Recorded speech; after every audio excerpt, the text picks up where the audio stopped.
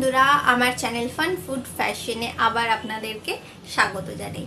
আমাদের বাঙালি খাবারের সিরিজ চলছে, আর সেই সিরিজের মধ্যে আমি আরেকটা সিরিজ শুরু করেছি, মোচা রান্না করার সিরিজ, যেখানে অলরেডি আমরা শিখে নিয়েছি কিভাবে বানাতে হয় মোচার ঘন্ট আর মোচা চিংড়ি। আজকে আমি যেটা বানাবো সেটা একটু আলাদা ধরনের। এই রেসিপিটা হয়তো কেউ কোনোদিন শোনেননি বা কেউ কোনোদিন বানানোনি, আবার হয়তো কেউ শুনে থাকতেও পারেন। সেটা হলো মোচা চিকেন। হ্যাঁ, মুরগি দিয়ে মোচা রান্না করা একটু আনইউজুয়াল, তাই না? তো দেখা যাক কেমন হয়। সত্যি কথা বলতে আমি এটা রান্না করেছি বহুবার, আর এটা খেতে খুবই ভালো হয়, মানে দারুণ। সেই জন্য আমি আপনাদের সাথে এই একটু আলাদা ধরনের রেসিপিটা শেয়ার করছি।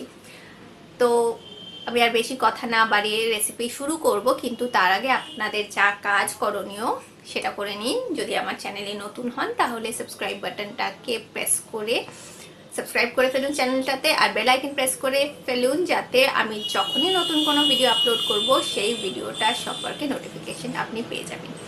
তার সাথে সাথে লাইক করতে হবে, অনেক অনেক লাইক, আর শেয়ার, যত বেশি শেয়ার করতে পারেন বন্ধুদের সাথে শেয়ার করুন। নিচে কমেন্ট সেকশনে জানান কেমন লাগলো, ভালো লাগলো, খারাপ লাগলো, যা খুশি জানাতে পারেন।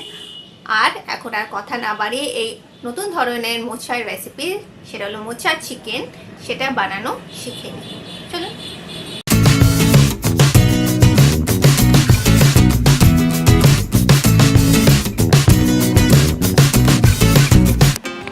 মোচা চিকেন বানানোর জন্য প্রথমে একটা প্যানের মধ্যে আমি নিয়ে নিয়েছি 2 টেবিল চামচ মতো সর্ষের তেল। সর্ষের তেলটাকে খুব ভালোভাবে গরম করতে দেব, কারণ সর্ষের তেলে রান্না করতে হলে খুব ভালোভাবে সেটা গরম করে নিতে হয়। এরকম ধোয়া ওঠা গরম। এবার তার মধ্যে আমি ছেড়ে দিচ্ছি 2টো তেজপাতা আর কিছু গোটা গরম মশলা, একটা দারচিনি এখানে আছে, 2টো এলাচ আছে, আর 3-4টে লবঙ্গ আছে। এলাচগুলোকে কিন্তু ফাটিয়ে নেবেন যাতে সুন্দর গন্ধটা তেলের মধ্যে যায়। এবার এর মধ্যে আমি দিয়ে দিচ্ছি একটা বড় সাইজের পেঁয়াজ, যেটাকে আমি গ্রেট করে নিয়েছি।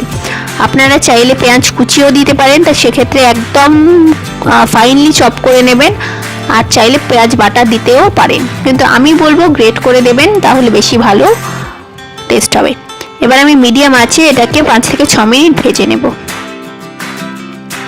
দেখুন অনেকটাই ভাজা ভাজা হয়ে গেছে 5-6 মিনিট পরে। এবার এর মধ্যে আমি 1 টেবিল স্পুন মতো রসুনের পেস্ট দিয়ে দিচ্ছি, রসুন বাটা দিয়ে দিলাম। এবার রসুন বাটাটাকেও কিন্তু একটু ভালোভাবে ভেজে নেব, যাতে রসুনের কাঁচা গন্ধটা চলে যায়। এবার এটাকে আর খানিকক্ষণ ভাজতে হবে, কিন্তু তার আগে তার মাঝখানে আমি এর মধ্যে দিয়ে দিচ্ছি স্বাদ মতো নুন। নুনটা মিশিয়ে নিচ্ছি। এবার আর 5 মিনিট মতো এটাকে আমি ভাজবো, যতক্ষণ না পেঁয়াজগুলো একদম গোল্ডেন ব্রাউন হয়ে যায়। 5 মিনিট পরে ভাজা হয়ে গেছে, ফিরে এসেছি। এবার কিন্তু এর মধ্যে আমি দিয়ে দিচ্ছি চিকেন পিস। এখানে আমি কিন্তু হাড় সহ 300 গ্রাম মাংস নিয়ে নিয়েছি। এবার হাই ফ্লেমে প্রথমে আমি মাংসগুলোকে 2 থেকে 3 মিনিট ভালোভাবে ভাজা ভাজা করে নেব, পেঁয়াজের সাথেই ভেজে নেব হাই ফ্লেমে 2 থেকে 3 মিনিট। এবার কভার করে 8 থেকে 10 মিনিট লো ফ্লেমে কুক করব। 8 থেকে 10 মিনিট হয়ে গেছে। চিকেনগুলো দেখছেন সাদা সাদা হয়ে গেছে অনেকটাই, তার মানে সেদ্ধ হতে হয়ে গেছে। এবার এটাকে একটু নেড়ে নেব। তারপর কিছু শুকনো মশলা দেব। শুকনো মশলা বলতে শুধু হলুদটাই পড়বে, 1/2 টিস্পুন মতো হলুদ গুঁড়ো এর মধ্যে দিয়ে দিলাম, দিয়ে মিশিয়ে নেব ভালোভাবে হলুদটাকে। হলুদটা একটু ভাজা ভাজা হলে খুব সুন্দর গন্ধ বেরোয়। এবার কিন্তু আমি একদম লো ফ্লেমে কাজটা করলাম, রান্নাটা করব কিছুক্ষণ।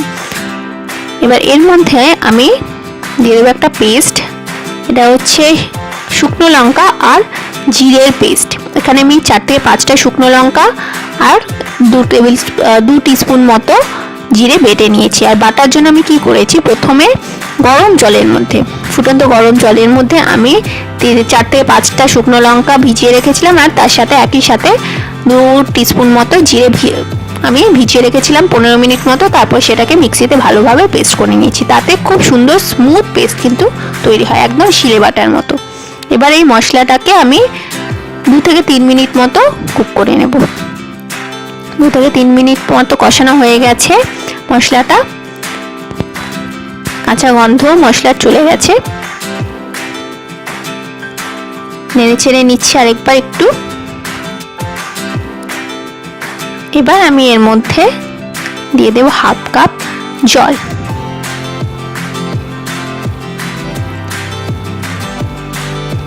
দিয়ে ভালোভাবে নেড়ে নেব সমস্ত মশলাগুলো যেন জলের সঙ্গে মিশে যায়। আর সাইড থেকেও কিন্তু মশলাগুলো কেচে নেব। আমার মনে হচ্ছে আর একটু জল লাগবে, আমি আর 1/4 কাপ মতো জল দিয়ে দিলাম। দিয়ে এবার চিকেনগুলোকে পুরোপুরিভাবে সেদ্ধ হতে দেব। এবার এটাকে কভার করে মিডিয়াম ফ্লেমে কিন্তু আমি 5 থেকে 6 মিনিট মতো কুক করে নেব। 5 থেকে 6 মিনিট হয়ে গেছে। এবার ঢাকনা খুলছি, দেখুন কষানো হয়ে গেছে এবং তেল বেরোনো, উপরে তেল ভাসতে শুরু করেছে। একটু নেড়ে চেড়ে নিচ্ছি।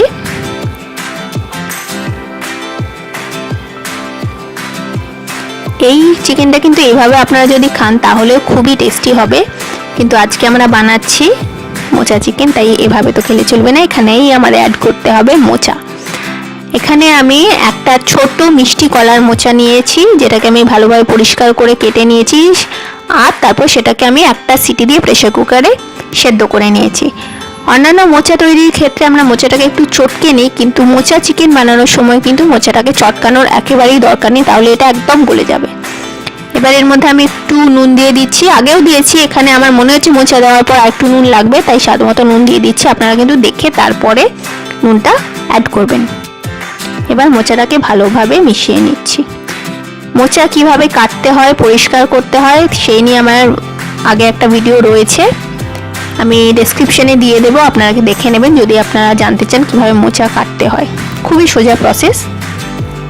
এবার আমি এটাকে ভালোভাবে মোচাটাকে চিকেনের সাথে মিশিয়ে নিচ্ছি, নেড়ে ছেড়ে।